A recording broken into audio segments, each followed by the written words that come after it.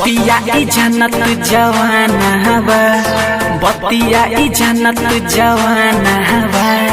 कान्हा जी तो राधा के दीवाना बा, कान्हा जी तो राधा के दीवाना बा। गैया में चराबे के बहाना बा, गैया में चराबे के बहाना बा। कान्हा जी तो राधा के दीवाना बा, कान्हा जी राधा के दीवाना बा।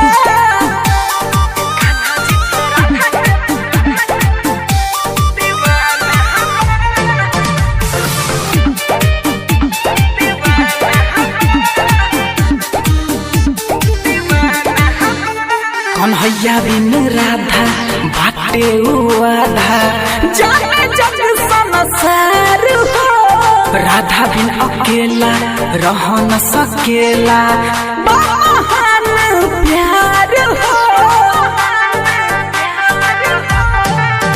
गोपियन के है दिल में बसा बेला, तो जन्म से जहाँ चाहेला।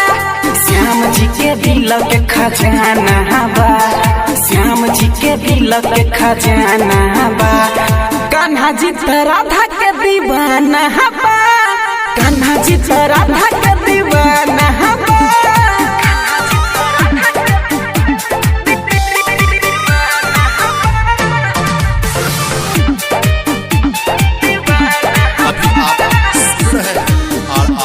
रिकॉर्डिंग स्टूडियो से राधा जी के पायल घायल करेला, श्याम जी के दिल के, श्याम जी के बंसी पागल करेला।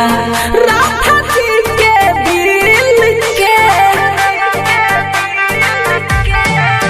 श्याम मुरली के धुन बजाई हो बजाई, राधा जी के हम के लू भाई हो लू भाई। किसन खाली गावत ई गाना बा, किसन खाली गावत ई गाना बा। कान्हा जी तो राधा के दीवाना बा, कान्हा जी तो राधा के दीवाना